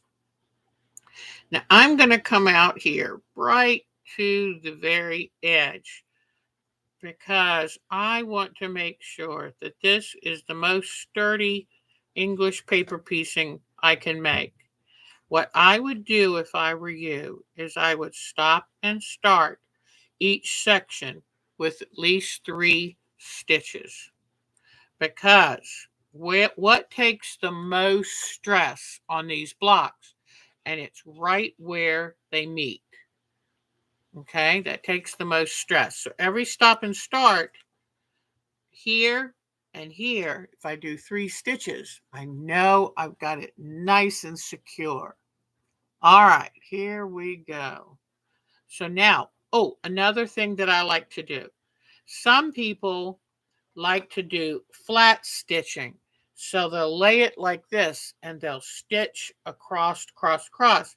But for me with my arthritis, that's too hard. So I do the method that I first saw Kate Jackson from the last Homely House do. She puts the pieces right sides together. And then what I do, an even step that's slightly different, is I bring this one just down from that edge. Can you see right here? I don't have them perfectly even. I have this side, the side closest to me, drop down just a touch. I'll tell you why I do that.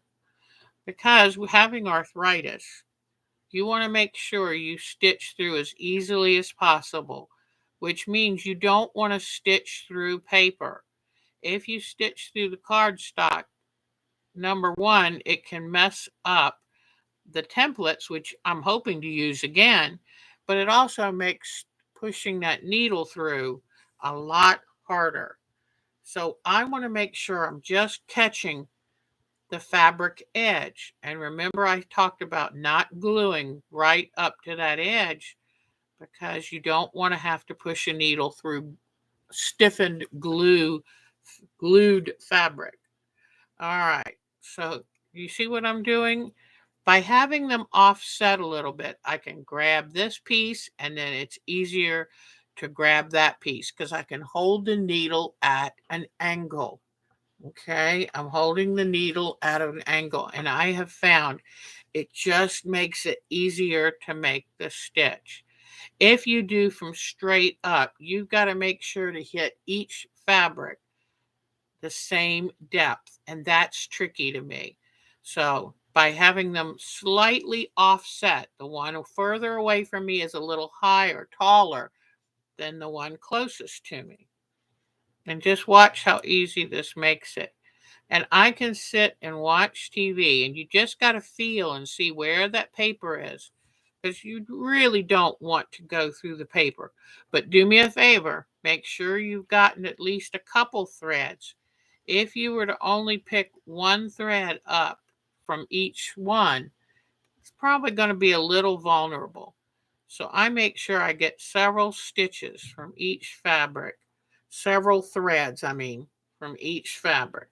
And you can kind of see how tiny the stitches are. But this is what feels comfortable to me. I tried making them larger. It didn't feel comfortable. So I am doing what feels best to me. And I think that, you know what? This is my sewing project. I'm the one doing it. So if you found a better way to build a mousetrap, then I say go for it. Because as long as the outcome is the same, then there you go. Now, I will tell you though, I only have these offset a tiny bit. If you offset them too much, let me see. If you offset them too much, your threads will show on the top of one. So don't just barely see the threads don't show anywhere else. Just offset it just a tiny bit. If you find that it starts getting down like this, then stop what you're doing and put it back in place and put the clip, whatever clip you use. I don't want to use pins because I don't want to punch holes in the paper and in the front of the fabric. So any kind of hair clip or wonder clip, boy, that's the way to go. So this is just how simple. I'm going to keep going to the end because I want to show you how I knot it off. I also, is Jody here? Hi, Jody. Aw. So I'm going to get to the end because I want to show you what I think is one of the most important things about English paper piecing. And that is connecting the intersections to each other. Because you want to make sure that this is the strongest block you can make. For one thing, it's going to put this fabric through stress to remove the papers. You're going to be kind of yanking a little bit on it when you remove the papers. And you've got this intersection. And I'm going to show you how to connect all of those. So I think I need to start making bigger stitches or I'm going to be here forever. But here we go. Let's get going, Deb. I I'm a little hungry, so I think my blood sugar level is a little slow, but I just didn't work out time to eat today yet. So let me get going here a little bit faster. I'm going to bring the camera down just a little bit more because I was trying to hold the stitching up in the air and it made it hard. Okay, here we go. But that offsetting trick really, I do hate when it gets hung on the clip. It tends to do that from time to time. I bet you the more sewing I end up doing, the faster and easier it will be.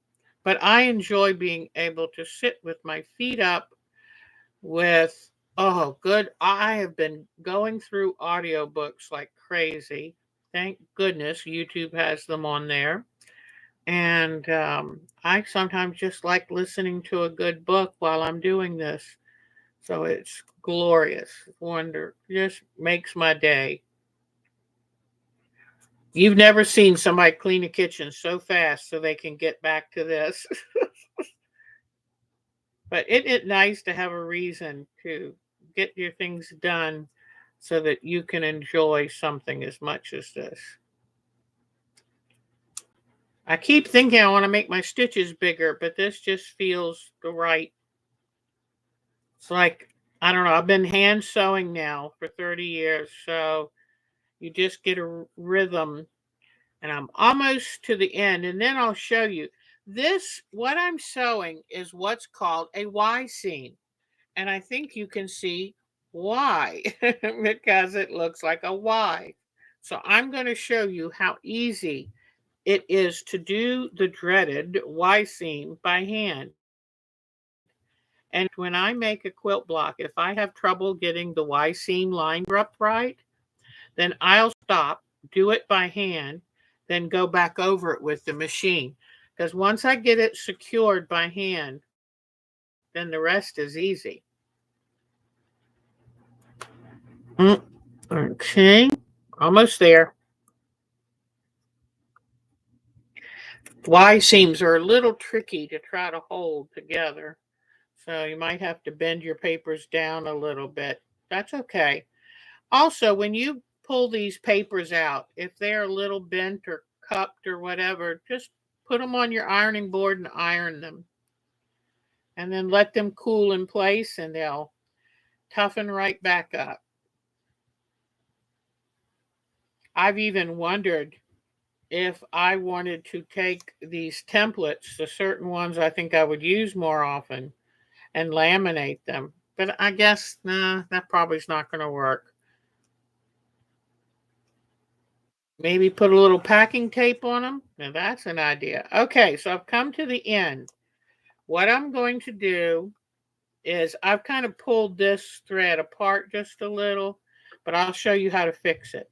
I've made sure to do some stitches all in one place, at least 3 of them. And then I'm going to come over here to this side and grab a little bit of this and make sure I'm just going to go through that little loop and tighten it. That way I have a strong connection between those two.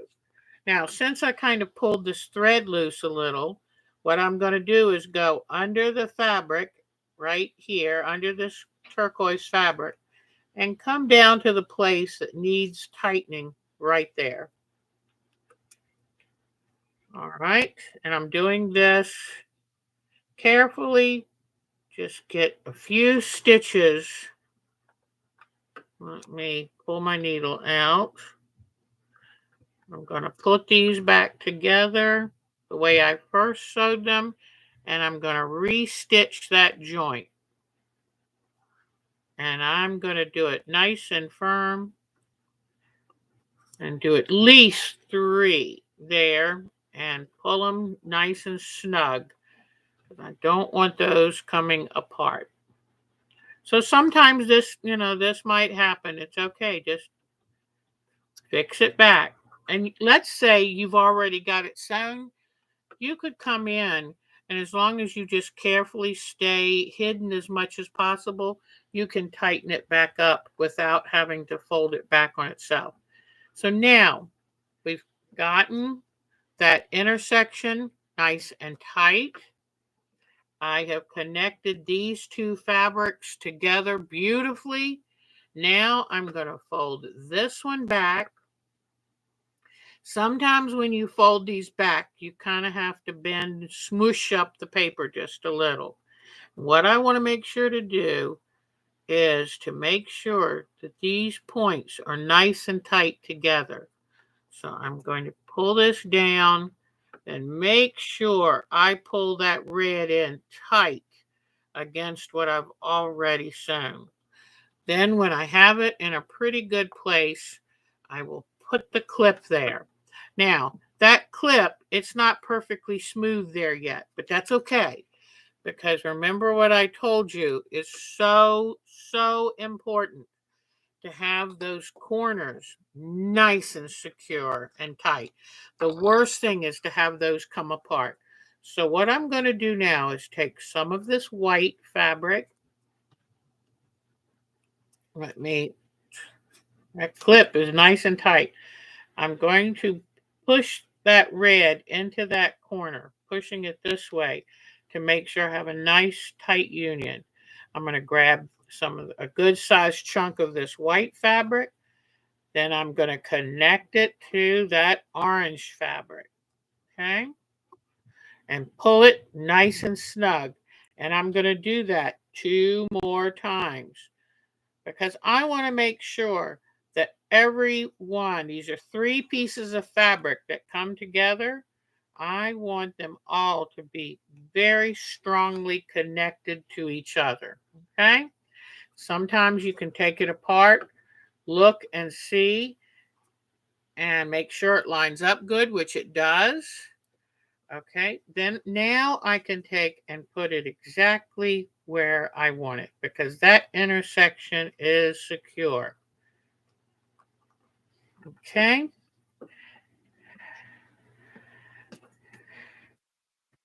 I'm just making sure. The last thing I want is to have this quilt on the frame and have a seam open up. To me, that is the worst ever. Okay, so now I just start back up, just like I was doing the other way. I've done this side. Look at those tiny stitches. I think I get carried away with tiny stitches, but then now I just continue down this side. And then when I finish, I'll make a really good connection at the end between, and I will connect the white to the turquoise and the turquoise to the yellow again, so that all three are firmly connected. And I think that you can't really overdo it because I don't want to take any chance that any of this comes apart. And I'm trying to make sure that my bottom thread and my bottom piece doesn't show too much above the white one because that's how you'll get stitches showing on the front. Oh, sorry about jumping. I oh god, I might have to change that. I use the Roadrunners Meep Meep to do my notification of a new text, and it just scared the poo out of me. That is too funny. But so anyway, then you just keep going all the way down and make sure when you get to the end that this is well connected with at least 3 stitches, and then go ahead and shoot across this again. So I think that is the way to do it. At least that's what's working for me so far. If anyone else has more experience with this, feel free to speak up. I'm going to anchor that needle there, and that's how we do it. And so I have these squares, another Y seam, go right there. Whoops, let me move. Okay, so these squares go right in that Y seam. And then I have this will go right here. And you think, how in the world does that fit? That will go there. And then I will put these orange triangles right here. And see, I let some of these edges hang out a little longer because I learned don't trim them too short, Deb, or it'll fray at the junctions. So here, this fits like that. I'll have one over here. And the final thing will be one triangle right here. And that'll be one of the corners. So what's fun about this? You think that this, that this is going to be a corner? No, it'll actually be when this piece is finally in place. That's going to be a corner. So that's the beauty, I think, of English paper piecing. And I hope that I've convinced you to try it because I swore I would never do it. I wasn't interested and I would have missed a lot of fun. The most the most exciting thing about English paper piecing or hand sewing in general is you can be a quilter and not have to lug a machine around. You can do what you love and do it in a comfortable chair and in a car, in a doctor's office, wherever. And there's something very comforting about keeping your hands busy. So, all right, I think I'm about done for today. Any questions that you have, please? When you connect your hexies, you use something called a knicker knot to begin and end each piece. I believe it was a Sue Daily video. All right, I'm going to write that down and I'm going to check that out because I love learning tricks of the trade. And you called it a knicker Knickernock. Okay. Thank you, Jody. And always feel free to share things here. Because I want you to have as much information as possible and see what works for you. And that was Sue Daly. I remember that name, so I'm sure I can learn something good from that. What is the name of the thread again? You can use whatever you want. I wanted to use a nice neutral gray, medium gray, because I have found you can use creams or whatever, but you can use matching, but then you'd be changing colors all the time. The medium gray is wonderful. This is called So Complete. It is a Superior Threads. I don't know. I just saw it and liked it. I liked the thinness of it. It is 100% polyester, which means it is strong. It is strong. And luckily, I won it as a prize at a retreat. So, yay. All right. I think we are done here. I do want to tell you something coming up. We've got our Art Quilt Thursday this Thursday, February 29th. Leap year. And I want to tell you that I have another retreat coming up. It's coming up earlier than I thought because where we have the retreat in Denton is at a Salvation Army camp, beautiful farm camp. But that their work comes first. Another group need a Salvation Army based group needed it. And so no problem. We'll be glad to move. So we had to move ours up. So I will probably miss one Thursday show, but I'll let you know. That'll probably be Thursday,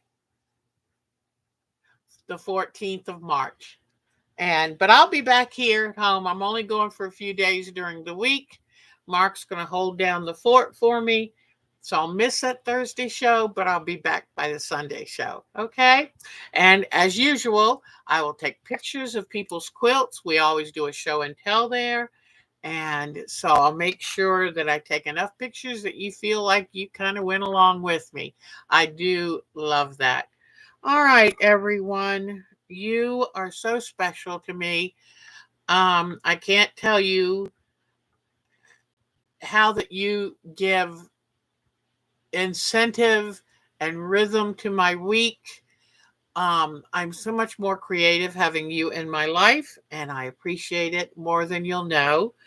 And please feel free at that address, my email address, OurTimeToQuilt@twc.com.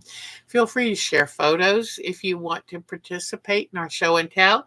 Ask questions. Ask for any of our free patterns that we have going at any point in time. And well, y'all are thank you, Melanie. You're such a dear.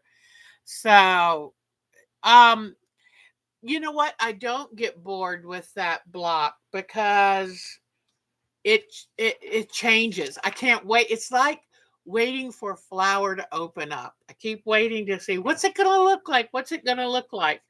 And I've got a block coming up that's got. I mean, some of these. Oh my gosh, I would never tackle that block in person. That is scary to me. When I was cutting out the templates, I'm like, oh my, how many pieces does this thing have? But it's easy and fun. It's kind of like an easy puzzle. And so I'm thoroughly loving it. And I tell you the truth. And I used to say, I will never do hexies. And even though I'm lucky, I don't think there are any hexies in this. Oh gosh, I hope not. Nope, it's a square. Because I've sworn, and every time I swear on something, I end up going back on it. And I thought, I've got to stand the ground. I've got to draw the line in the sand. That's the problem. I draw it in the sand, and it moves. So, but anyway, but I'm having such a grand time. And if I had to sit and do this at a machine, I wouldn't have nearly 3 blocks done. So it's very easy. Between that and the Redwork, I'm having a blast. This is so much fun. And I'm still working every single day on my UFO. So thank you so much. Take such good care of yourself. Mark should stand in for you. Just tell him what to cover. Or, oh, yeah, on that Thursday. Oh, I doubt I can convince him, but I might try. That would be fun. I want to go upstairs and tell him this, and he's going to say, "What in the world?" Take good care. Oh, thank you, Miss Lisa. I love y'all so much. Y'all are the best. Take good care of yourself. No more leaky sump pumps, Miss Melanie. Oh my God. I was reading it to Mark, and he's going, it's like, oh, thank God that wasn't me. Because, oh, he hates cold water. He would have been just, if you ever heard of a wet hen, he would have been a wet rooster. Take care. You are the best. See you Thursday. Bye bye, everybody. Have a good week. Now, if I can, okay, here we go. Bye bye, everybody.